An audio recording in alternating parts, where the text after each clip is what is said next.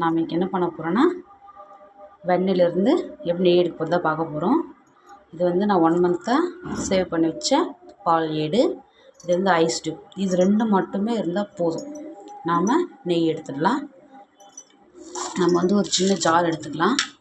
இந்த சின்ன ஜாரில் வந்து எடுத்து வச்ச இந்த வெண்ணெய் போட்டுடலாம். போட்டுட்டு நாம் இது கூட வந்து ஐஸ் டியூப் ஆட் பண்ணிடலாம்.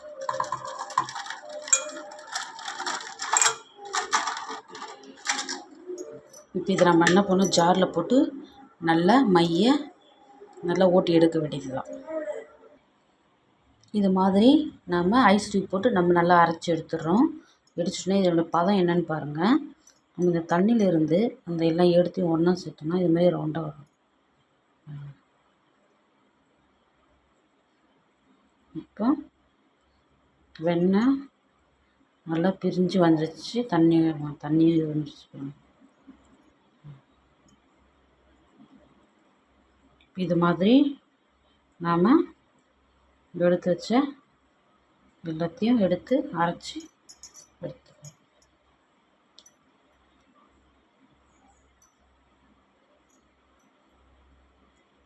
இது மாதிரி நம்ம அழுத்தும் போது மொத்த தண்ணியுமே வந்துடும் வெளியே. இது மாதிரி நம்ம எடுத்து வச்சு எல்லாத்தையும் அரைச்சி வெண்ணெய் எடுத்து வச்சிடலாம்.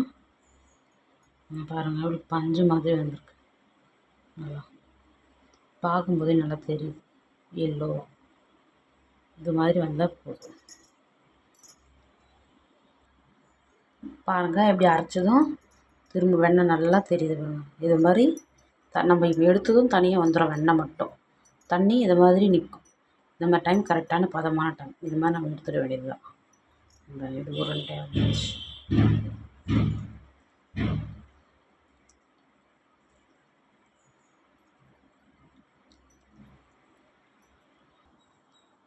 ஃபைனலாக நம்ம வந்து இப்போ வெண்ணெயை எடுத்து வச்சிட்டோம்.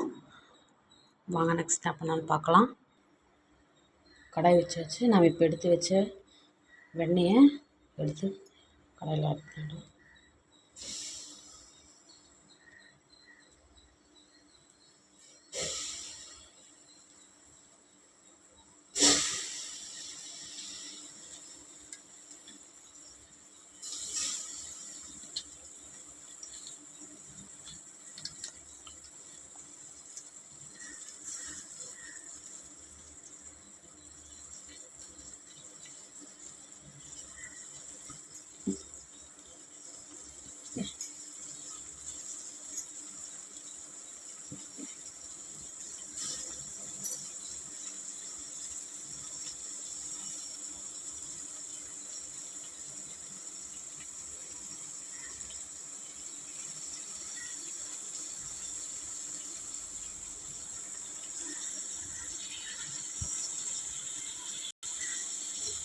நம்ம இதை அப்படியே கிளறி விடலாம்.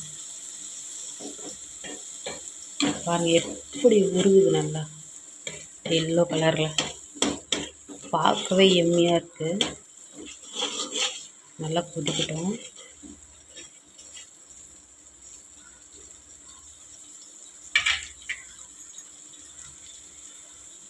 பாருங்கள், நல்லா வெண்ணெய் பிரிஞ்சிட்டு வருது. நெய் சரி.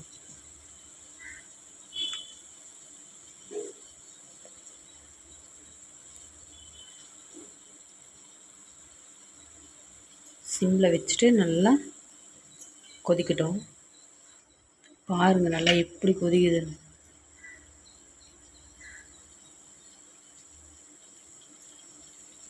இப்போ இது மாதிரி நம்ம மிக்ஸ் பண்ணி விட்டுட்டே இருக்கும்போது நல்லா வெண்ணெய் பிரிஞ்சு வரும்.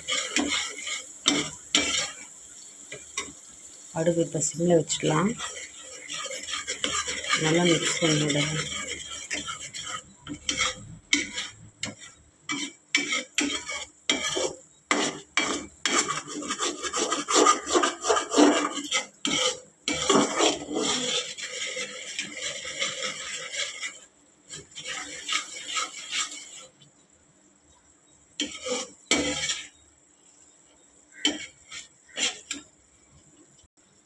பாருங்கள் எந்த அளவுக்கு நல்லா பிரிஞ்சு வருது நெய்.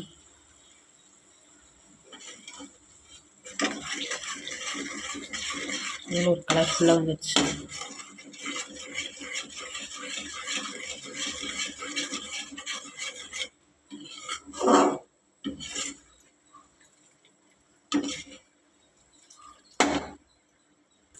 பாருங்கள், ஃபைனலாக இப்படி எந்தளவுக்கு வந்திருக்குன்னு.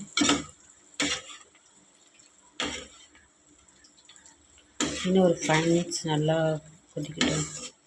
இன்னும் ரெடி ஆகிடும் நெய்.